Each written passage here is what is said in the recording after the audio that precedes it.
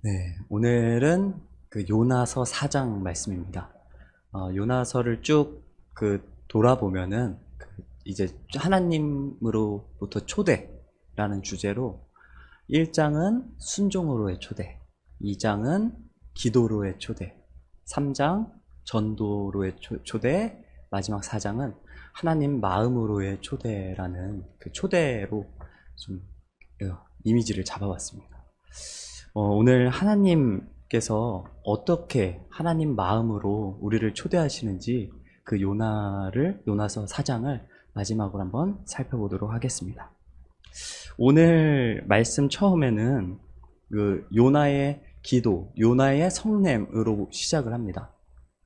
1장에서는 하나님께서 찾아오셔서 요나에게 말씀하시고, 2장에서는 요나가 하나님께 기도하고, 3장에서 다시 찾아오셔서 말씀하시고, 4장에서 다시 요나가 하나님께 기도합니다. 마치 하나님과 요나가 주고받듯이 이야기를 시작하는데, 오늘은 어떤 이유에서인지 요나는 아주 화를 내고 있습니다. 성도님들은 주로 어떤 상황에서 화를 내시나요? 요즘 현대 사회는 분노를 많이 갖고 있는 사회입니다. 한번 그 사진 한 번만 보여주시겠습니까? 잘 보이실지 모르겠지만 요즘엔 온라인상에서 사적 제재를 많이 가한다고 합니다. 어떠한 특정 인물이 어떤 잘못을 했을 경우에 그것을 비난하고 스스로가 제재하면서 그를 몰아가는 그런 형태, 자신의 분노를 표출하는 그런 제재가 많이 일어납니다. 실제로 사적 제재는 크게 비슷하지만 온라인상에서는 너무나도 크게 그리고 쉽게 익명이라는 그 그림자 안에서 뒤에 숨어서 그렇게 자신의 분노를 표출하는 것입니다. 그렇게 실제로 통계를 보더라도 2015년에 비해 2020년에는 무려 분노 조절을 못한다는 사람이 분노가 30%나 증가하게 되었습니다. 물론 적절한 판단에서 본인의 생각으로 옳다 그르다 라는 것을 생각할 수 있습니다.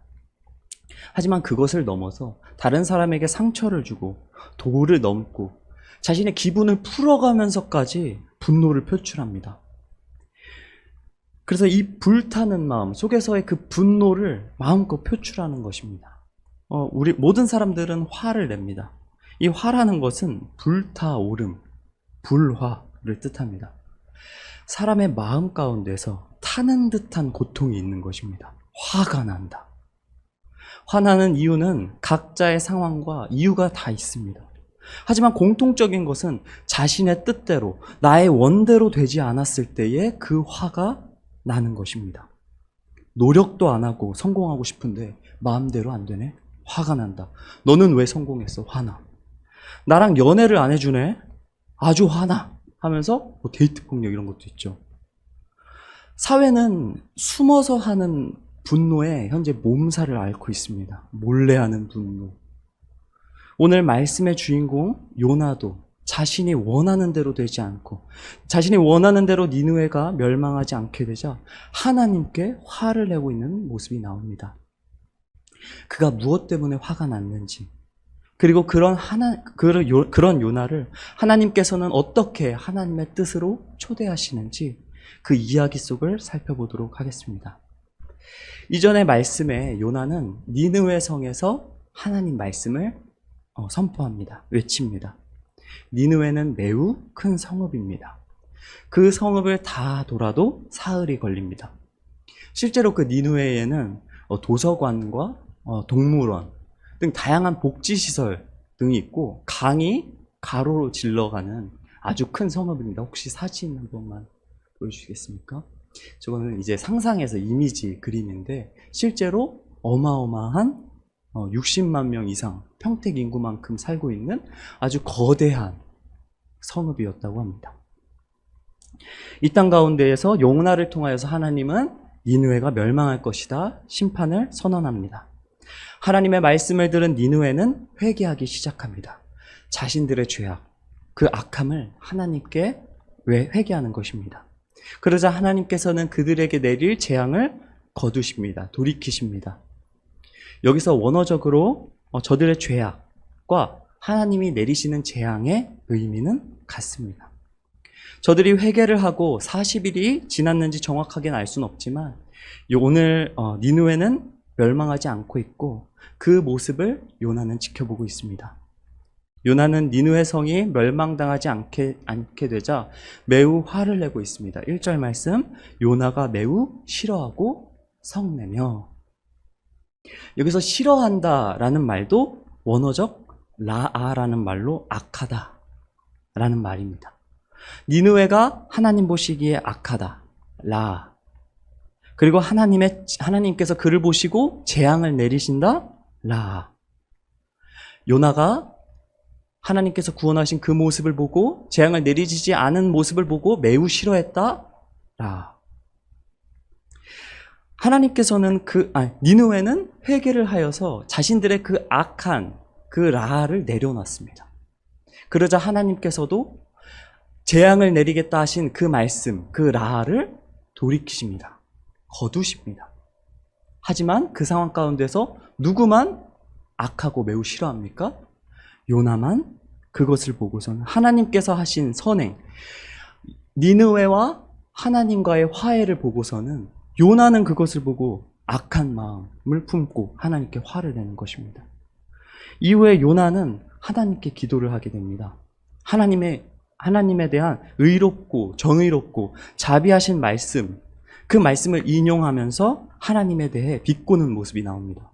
실제로 출애굽기 34장 6절 말씀에 보면은 그리고서 여호와께서는 그의 앞으로 지나가시며 이렇게 외치셨다. 나 여호와는 자비롭고 은혜로우며 쉽게 노하지 않고 사랑과 진실이 풍성한 하나님이다. 이 말을 인용하여서 그 외에도 민수기, 시편, 요엘 등 많이 나오는데 이것을 인용하면서 하나님을 비꼬는 것입니다.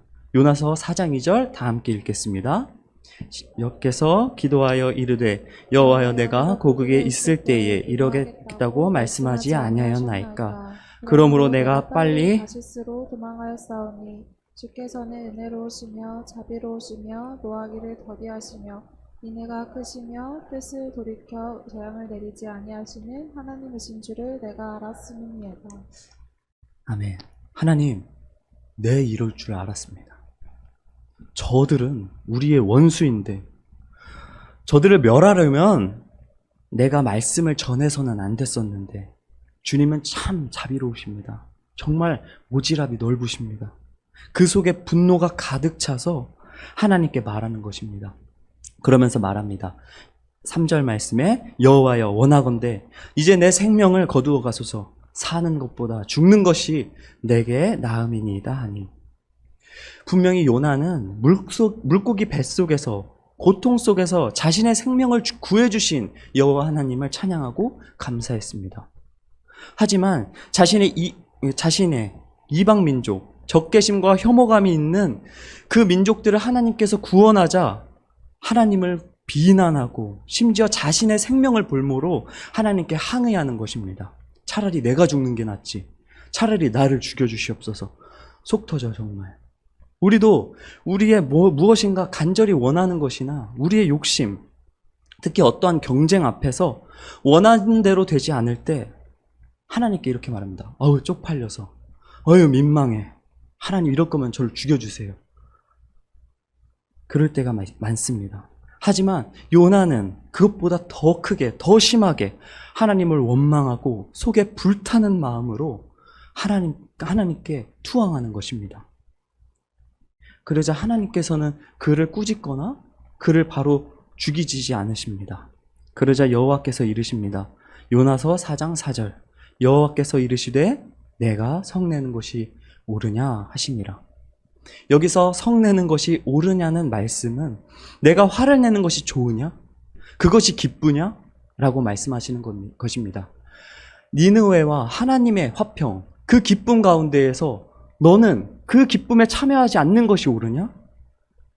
요나는 하나님과 니느웨 사이에서 그 화평함을 기뻐하지 않았습니다. 하나님과 니느웨 사이에서 화평함을 보고도 하나님을 원망하는 것, 화를 내는 것을 기뻐했던 것입니다. 그렇습니다. 사람은 화를 내면 그것의 희열을 느끼는 존재입니다.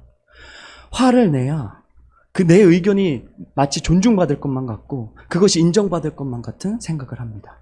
가인이 그랬고 수많은 성경에 나오는 사람들이 그렇게 했습니다. 그렇게 하나님의 마음과 요나의 마음은 양끝으로 서 있어서 서로 도저히 화합할 수 없고 이해할 수 없는 양끝단의 상황 가운데 놓여져 있습니다. 하나님은 그런 요나에게 하나님의 마음으로 초대하기 위한 준비를 하십니다. 요나서 4장 5절. 요나가 성읍에서 나가서 그 성읍 동쪽에 앉아 거기서 자기를 위하여 초막을 짓고 그 성읍에 무슨 일이 일어나는가를 보려고 그 그늘 아래에 앉았더라. 요나는 자신이 하나님께 그렇게 기도하고 다시 성읍을 보고 있었습니다. 저 성읍이 무너지나 안 무너지나. 자기를 위하여 초막을 지었습니다.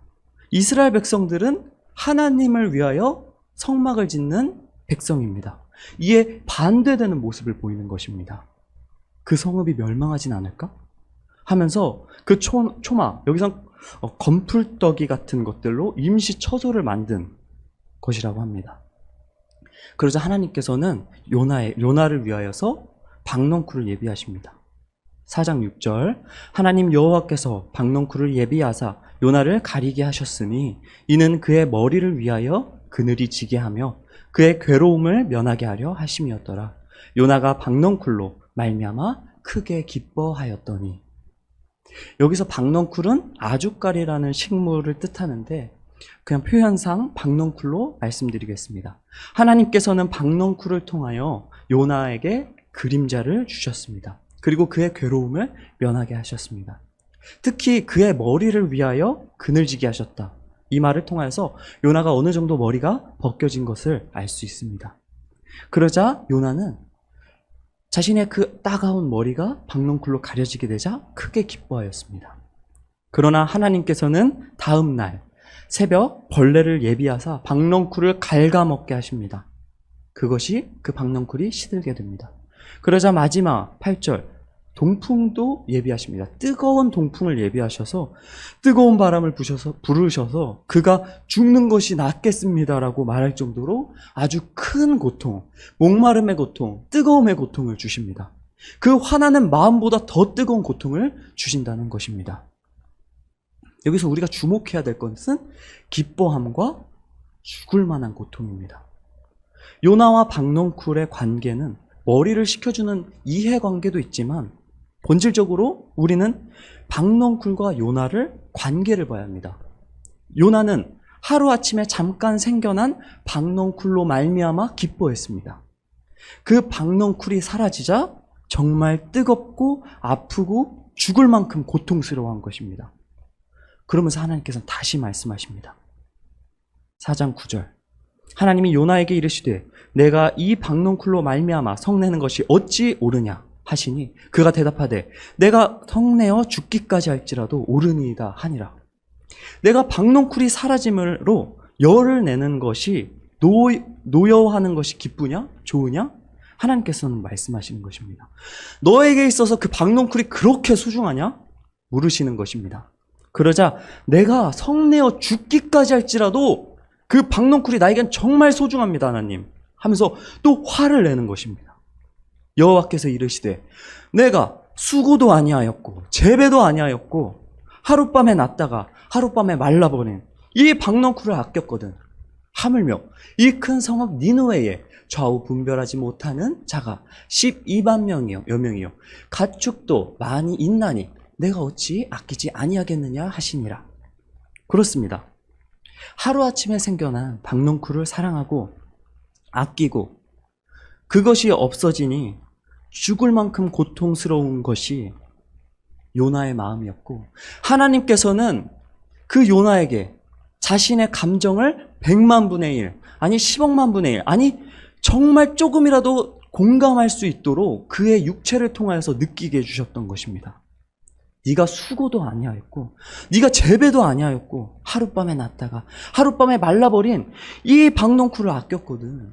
하물며 이 내 앞에 큰 성읍 나는 수고하고 저들을 기르고 자라게 하였고 하룻밤에 났다가 하룻밤에 사라져버리는 그런 자들일지라도 나에겐 소중한 좌우분별 못하는 어린아이들 12만 명이나 되는, 그것을 넘어선 60만 명 그 이상의 그 사람들이 사는 곳, 심지어 가축도 있는, 내가 어찌 이 성읍을 아끼지 않겠느냐? 내가 이들을 심판을 내리는 것을 기뻐하겠느냐? 내가 그런 것을 기뻐하는 신이냐? 요나에게 말씀하고 계신 것입니다. 회개하고 주님께 나아오는 자들을 내가 박농쿨을 죽기까지 소중하다고 말한 것처럼 나도 회개하는 저들을 정말 소중하게 여긴다 말씀하시는 것입니다. 그리고 네가 타들어가는 고통, 네 머리가 벗겨져서 그 햇빛 가운데 있고 동풍 가운데서 뜨거운 바람이 너를 죽게 할 정도로 정말 그 심각하게 타들어가는 그 고통이 니느웨를 멸하려는 나의 마음이다 말씀하는 것입니다. 그래서 하나님은 그 고통 가운데에 우리를 건지시고자 하셨던 것입니다. 그러면은 다르게 살펴보면은 예수님을 보내사 내가 죽을 만큼 옳은 일을 한다 라고 말씀하시는 것입니다. 하나님은 우리에게 오늘 이렇게 말씀하십니다. 내가 너를 수고하며 지었다. 내가 너를 수고하며 길렀다. 내가 하룻밤, 하루아침에 사라져버릴 박넝쿨과 같은 너희를 아낀다. 내 앞에 죄에 허덕이며 좌우도 분별하지 못하는 어둠 속에 있는 어린아이들과 같은 너희를 아낀다. 너희를 살리는 것, 내가 죽기까지 할지라도 그것이 옳다. 그래서 내가 너희를 위하여 죽으러 왔다 말씀하시는 것입니다. 요나서에서 요나를 인도하시는 분은 하나님이십니다. 요나의 그 성품도, 그 불순종도 주님 앞에 다 계획된 것입니다. 요나를 위해 다시스로 가는 배를 준비하신 것입니다. 요나를 위해 물고기를 준비하신 것입니다. 요나를 위해 니느웨의 구원을 준비하셨습니다. 요나를 위해 박넝쿨을 준비하셨습니다. 요나를 위해 벌레를 준비하셨습니다. 요나를 위해 동풍을 준비하셨습니다. 그리하여 요나를 통해서 참사랑을 나타내셨습니다. 즉 우리를 위해 요나를 준비하신 것입니다. 요나를 통해 우리에게 그 사랑을 말씀하고자 하신 것입니다. 그리고 예수님은 말씀하십니다. 요나의 표적 외에는 내가 너희에게 보일 것이 없다. 마태복음 말씀 보겠습니다. 예수께서 대답하여 이르시되 악하고 음란한 세대가 표적을 구하나 선지자 요나의 표적밖에는 보일 표적이 없느니라. 악하고 음란한 세대가 표적을 구하나 요나의 표적밖에는 내가 보여줄 표적이 없느니라 하시고 그들을 떠나 가시니라. 무리가 모였을 때에 예수께서 말씀하시되 이 세대는 악한 세대라 표적을 구하되 요나의 표적밖에는 보일 표적이 없나니. 요나의 표적은 요나가 도망가서 니느웨로 가는 것, 물고기 뱃속으로 바다에 빠진 것, 이런 상황을 말하는 것이 아닙니다. 표적은 하나님이 하신 일을 의미합니다. 요나에게 행하신 하나님의 일하심이 표적인 것입니다. 그는 다른 사람을, 예수 그리스도는, 요나는 다른 사람을 위하여 죽음을 택했습니다. 스올로 들어갔습니다. 가장 깊은 곳으로 들어갔습니다. 그리고 사흘 만에 부활했습니다.